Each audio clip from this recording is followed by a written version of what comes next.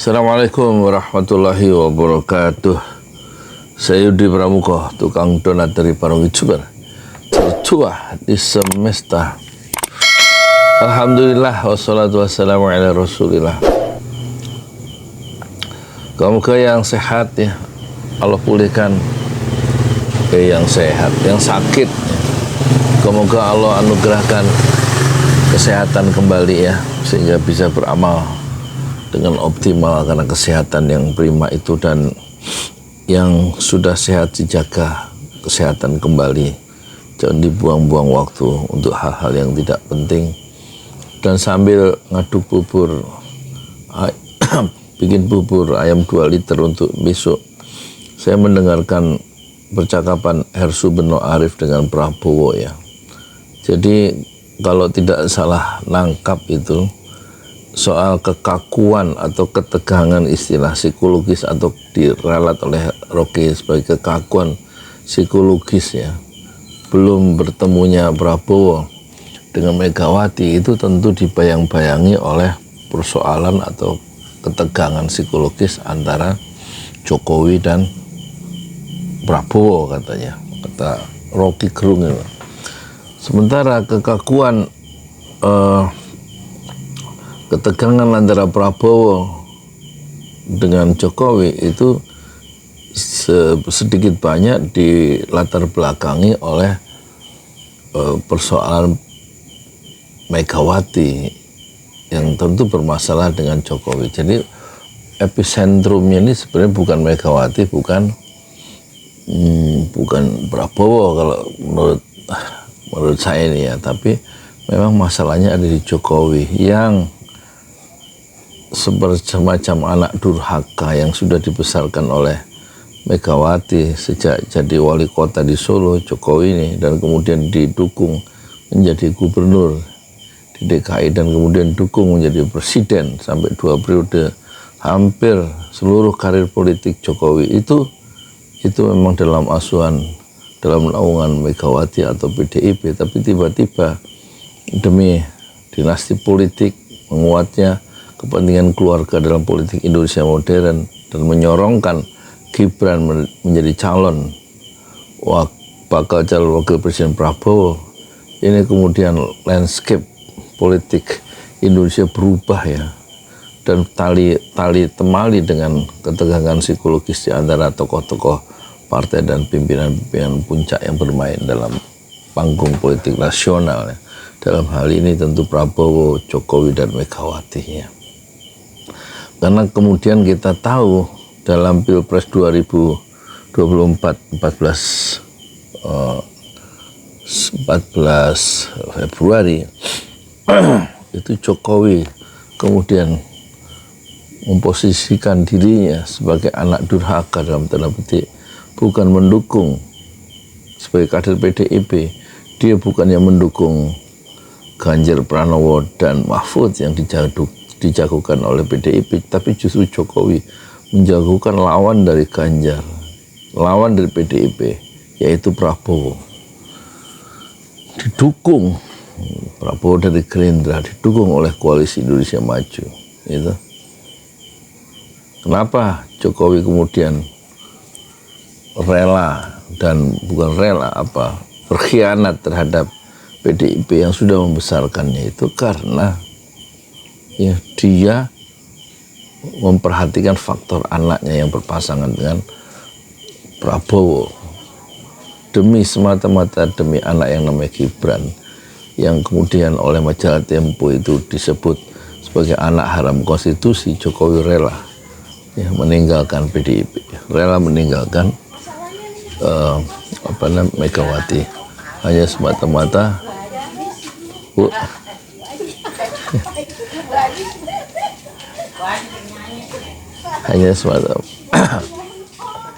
hanya semata-mata mendukung, ingin memberikan lapangan pekerjaan baru pada anak kandungnya, yaitu Gibran. Dan ini persoalan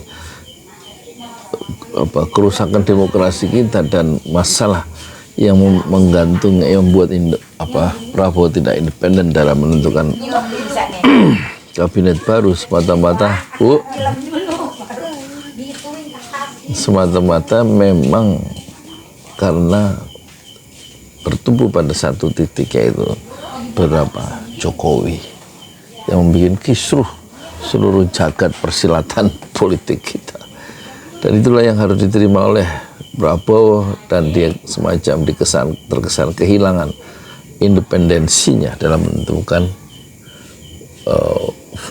formasi kabinet yang katanya zakon kabinet yang berbasiskan keahlian dari anggota-anggota menteri atau pembantu-pembantu itu. Tapi tampaknya negosiasi politik tidak terhindarkan, sehingga yang terbentuk tampaknya adalah kabinet presidensial tapi punya rasa atau punya aroma parlamentarisme itu ya istilahnya siapa, Rocky Gerung itu. Bahasanya memang banyak yang saya nggak paham itu tapi saya nyoba memberikan catatan ya, atau memberikan latar belakang setelah saya selesai melihat atau mendengar percakapan yang indah antara Hersu Beno Arif dengan Rocky Gerung. Udah gitu dulu ya, saya mau tidur. Bubur saya udah matang ya, sudah kita masukkan magic chair, dan insya Allah dia semakin lembut karena kena panas panjang malam, dan besok pagi insya Allah fresh rasa bubur ayam ojo lali bukan rasa parlamentarisme. Assalamualaikum warahmatullahi wabarakatuh. Di jalan Allah.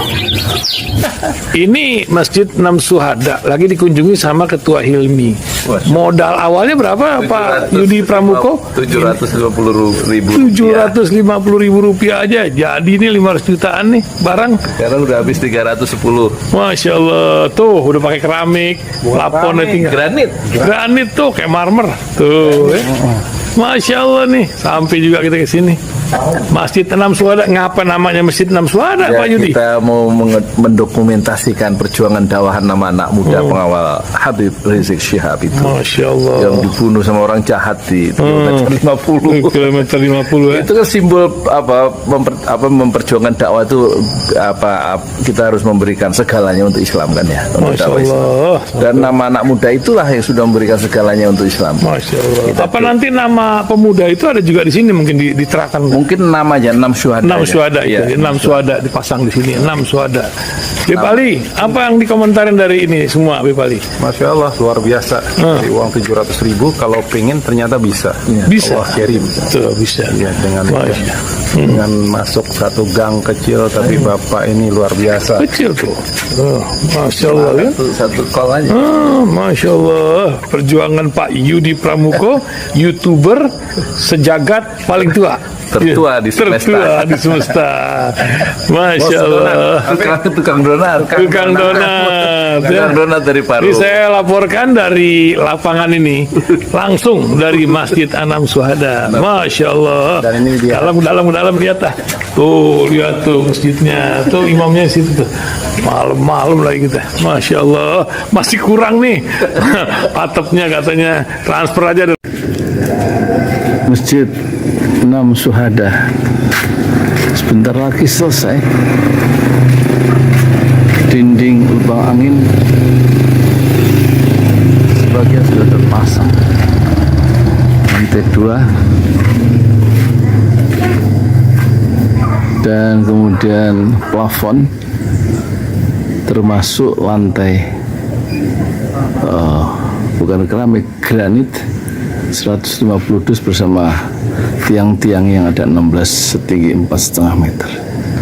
Kemudian finishing terakhir adalah tangga menjebol atap ya, lantai pertama untuk masuk ke lantai 2. Inilah Masjid Enam Syuhada.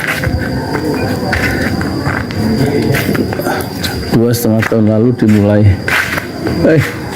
dimulai pada 2 Agustus hari Senin 2021. Tinggal sedikit lagi insya Allah dan lantainya dari keramik, bukan keramik, granit. Sudah diresmikan lantai pertama.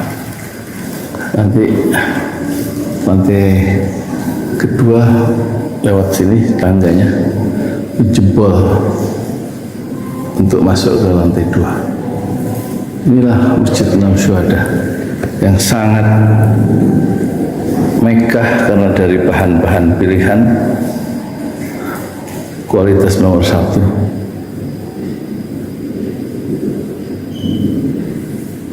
Tinggal sekitar 80 juta lagi finishing lantai atas selesai, insya Allah.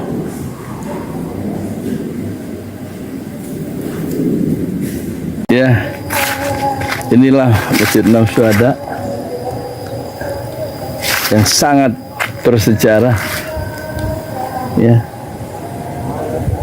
dalam sejarah dakwah Indonesia modern, insya Allah, karena ini dibangun dalam konteks kezaliman rejim penguasa yang sudah membunuh 6 santri dari front Laskar Front Pembela Islam, dan kita abadikan pengorbanan dan perjuangan dakwah mereka sehingga kita sebut namanya Masjid 6 Syuhada.